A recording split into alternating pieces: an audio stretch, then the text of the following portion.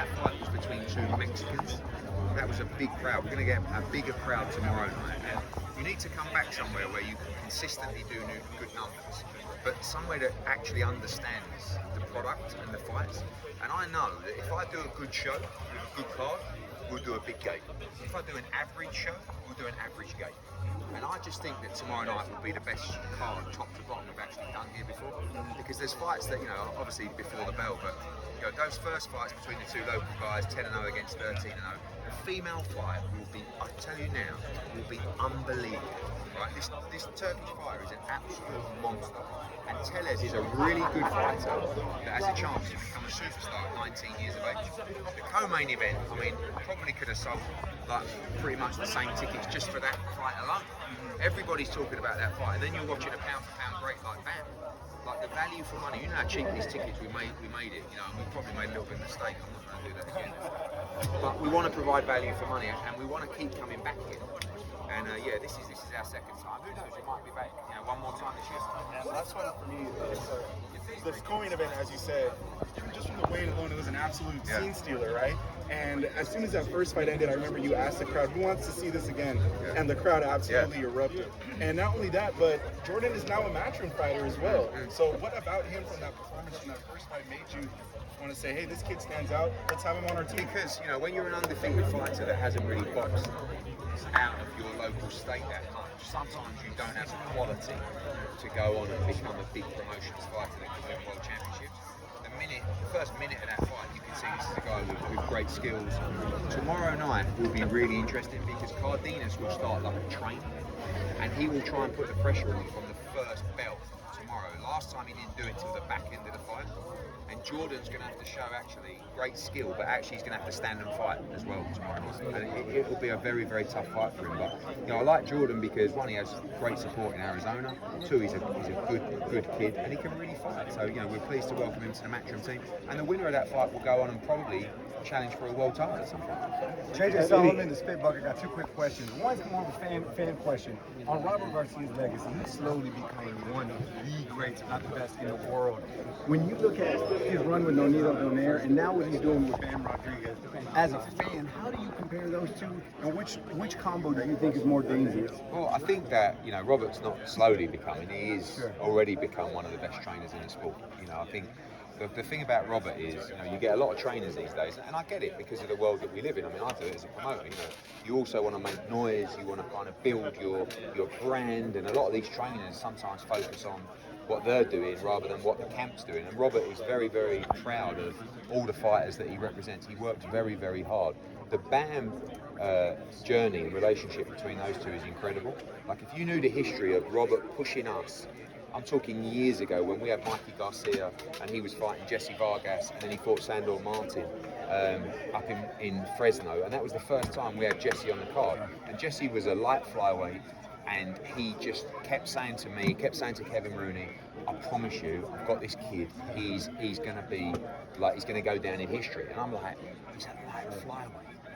Really, we had Chocolatito at the time, we had Estrada, I'm like, and I watched him on that card and he looked really, really good, and he has got better and better and better, and he has become like that promo, he's become like the quiet assassin. But what I'm starting to realise about Bam is what he's saying, which is you've only seen 50% of my ability. That is true, and that is also scary, because a lot of these guys on the pound for pound list up at 1, 2, 3, they're all 30 or 32 or 34 or 36. He's just past his mid-20s. Like, he's got so much more to go, and I think tomorrow night's going to be a really interesting yardstick because Vargas can really fight, and all of a sudden up at 118, we keep just saying, yeah, he'll go to 118, yeah, he'll go to 122. Don't forget, he started at light fly. It's not a guy that was like at flyweight that couldn't make the weight anymore. So his skills are getting him through. I think he's getting stronger, but he's just a phenomenal fighter. And Eddie, what are your thoughts on the cease and desist Oscar sent to Zuffa, seemingly regarding, the Conor Ben Ryan Garcia fight? I mean, it's not really my business, and it wasn't just a cease and desist from Golden Boy, it was a cease and desist from DAZN a few days before. Right. And that's why Dana White threw his toys out the pram about DAZN, even though I don't even know if he knows, but DAZN are the broadcaster for the UFC in major international territories, and he's out there going, who are DAZN? It's like, they're your broadcaster. His head is, if anyone finds Dana White's head, might be around here, I don't know, falling off down there somewhere. Like, so, but what they're used to doing is they do whatever they want. And unfortunately for them in boxing, it just doesn't work like that. So the bad news for Dana White is if he wants to do Conor Benn against Ryan Garcia, he's got to co-promote it with Oscar De La Hoya. And he's just like, he's not capable of accepting that. And he'll say, I'm not, I mean, but you can't just say, no, I'm not doing that. Like, and then Ryan Garcia has an exclusive promotional broadcast agreement with DAZN. But they just don't respect or adhere to any rules. And it doesn't work like that in boxing. So if they want to do that fight, it's going to get expensive. And also, because at the same time, we have fighters that are exclusive to DAZN. Katie Taylor, she boxed on Netflix twice. Anthony Joshua, he boxed Jake Paul on Netflix. We had to go and have negotiations and conversations with DAZN, who were paying money for those fighters and have invested a lot of money for those fighters. And now they're being told, you want to go on another platform. And that's the same for Ryan Garcia. They've ploughed millions into Ryan Garcia. What, you just want to let someone go and do a big fight on another platform? It doesn't work like that. So, yeah, I think, I've never seen a company, TKO Zuffa, I've never seen so many lawsuits in such a small period of time. But they don't care until they have to care, which is probably now. But it's not my fight. Listen, I like the fight, but it's not. It'll probably get made, but it all depends how people stand their ground. You know what you mentioned? It's not your fight. A fight that I don't know seems to be in question on whose fight it is Fury versus Joshua. You know, Dana saying it's him. Frank Warren saying the contract specifically says it's not him. I mean, obviously you're AJ's promoter. I don't even know how there's even a conversation. I mean, firstly, it's nobody's fight other than Turki Al-Sheikh, right? Because he's paying for the fight. But it's definitely not Dana White's fight. He's had no involvement in making the fight at all. Contractually, it's very clear he can't have any involvement. People still don't even want to acknowledge that. Like the media, Dana White, and all that Dana White has done, I think, is spoke to Turki Al-Sheikh about the possibility of that fight happening in Las Vegas because he's got his contacts there. But what Dana White also doesn't know is that in Anthony Joshua's contract, it clearly states the fight must take place in the UK. But I don't even think Dana White knows that. I mean, at the moment, and someone said to me, why isn't he kind of just backtracking and go, all right, fair enough, I'm not promoting. I said, do you imagine Dana White sitting up at a press conference and goes, guys, I've got to apologise. I got it wrong. Sorry, Eddie Hearn. So what he's doing now is he's doubling down, he's trebling down, and he'll just try and find a way where he can pretend that he sort of played some kind of role. Because Zuffa is incapable of actually making a really big fight on their own right now. So this is his way of saying, I'm the promoter. Do you know what I mean? Instead of like, no, you're not. Like, I'm not even saying I'm the promoter. But I know one thing, you can't be involved because it's in the contracts of both fighters. You know what I mean? And the fight must take place in the UK, in our contract. Now, Turki Al-Sheikh is also paying the bill. So if Turki Al-Sheikh phoned me up and said, we actually want to do the fight in Las Vegas, I would say, okay, let me speak to Anthony, we'll renegotiate the deal, and we'll look at that. Because we wanted the fight to take place in the UK, and that's what we agreed to. So if you want to make a fundamental change to the contract, that comes with a conversation and a renegotiation. What was that first conversation with Turki like after, the Conor Benn situation and all that? Yeah, one thing that you guys haven't even mentioned is last week in Bournemouth, Dana White came out with all this bizarre stuff. He got really sort of fruity and zesty. Did you see him? He says, Eddie Hearn doesn't know where the fight is. So I was like watching it going, what is that, right? And then, I don't know, but that's no disrespect to that, but it was just him. It was the way that he was like, you're being really fruity with it, right? And then also, Zuffa got told to remove all their posts regarding what he said at the press conference, right? No one even mentioned it. Do you know what I mean? I even put it on my story because I said, good boy Dana, take your posts down.